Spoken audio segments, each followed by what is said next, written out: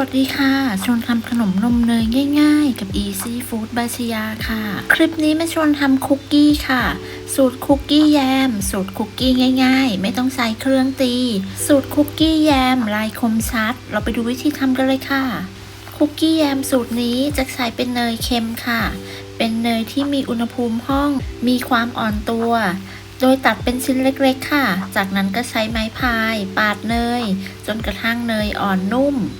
คลิปนี้จะใช้แค่ไม้พายนะคะอาจจะเมื่อยมือหน่อยค่ะถ้าเพื่อนๆทำตามแบบนี้เลือกใช้ไม้พายที่จับได้ถนัดมือปาดเนยจนอ่อนนุ่มดีแล้วก็ใส่น้ำตาลไอซิ่งลงไปค่ะแล้วก็ใช้ไม้พายปาดเนยกับน้ำตาลไอซิ่งให้เข้ากันจนเป็นเนื้อเดียวกันถ้าเพื่อนๆใช้เนยจืดก็ใส่เกลือลงไปขั้นตอนนี้เลยเมื่อเนยกับน้ำตาลไอซิ่งเข้ากันดีแล้วก็ใส่ไข่แดงลงไปค่ะเป็นไข่แดงจากไข่ไก่เบอร์2ค่ะตามด้วยกลิ่นวานิลา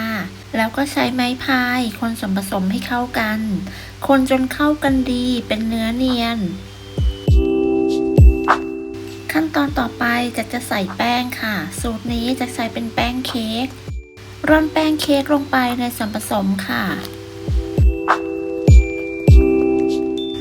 จากนั้นก็ใช้ไม้พายสับแป้งและส่วนผสมของเนยจนเข้ากันดี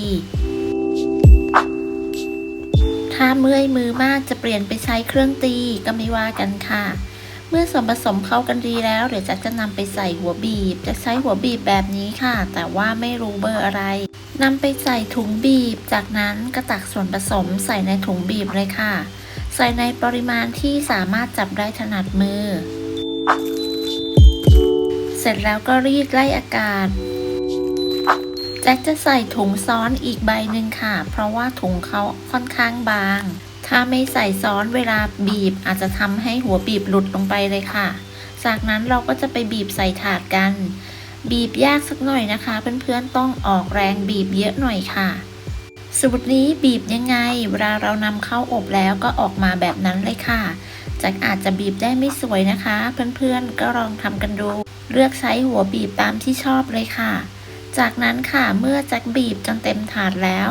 ต่อไปแจ็คจะกดลงไปตรงกลางเพื่อที่จะให้พื้นที่สำหรับใส่แยมค่ะโดยแจ็คจะใช้เป็นฟิลลิ่งนะคะวันนี้จะใช้เป็นฟิลลิ่งรสบลูเบอรี่และรสส้มเพื่อนๆก็สามารถเลือกตามใจชอบเลยค่ะว่าเราชอบรสไหน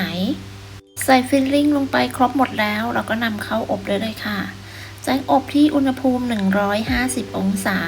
ใช้ไฟบนล่างไม่เปิดพัดลมจะวางไว้ชั้นกลางของเตาอบใช้เวลาอยู่ที่ประมาณ20นาทีหรือจนกระทั่งสีเหลืองสวยเมื่อครบเวลาก็นำคุกกี้ออกจากเตาแล้วก็พักไว้ให้เย็นโดยแจ็คจะนำมาพักไว้บนตะแกรงแจ็คจะพักไว้จนเกือบเย็นสนิทแล้วก็นำเข้ากล่องคุกกี้แยมสูตรนี้จะไม่กรอบมากนะคะแต่ก็ไม่ได้อ่อนจนร่วนเป็นคุกกี้ที่ทำง่ายมากๆไม่ต้องใช้เครื่องตีเลย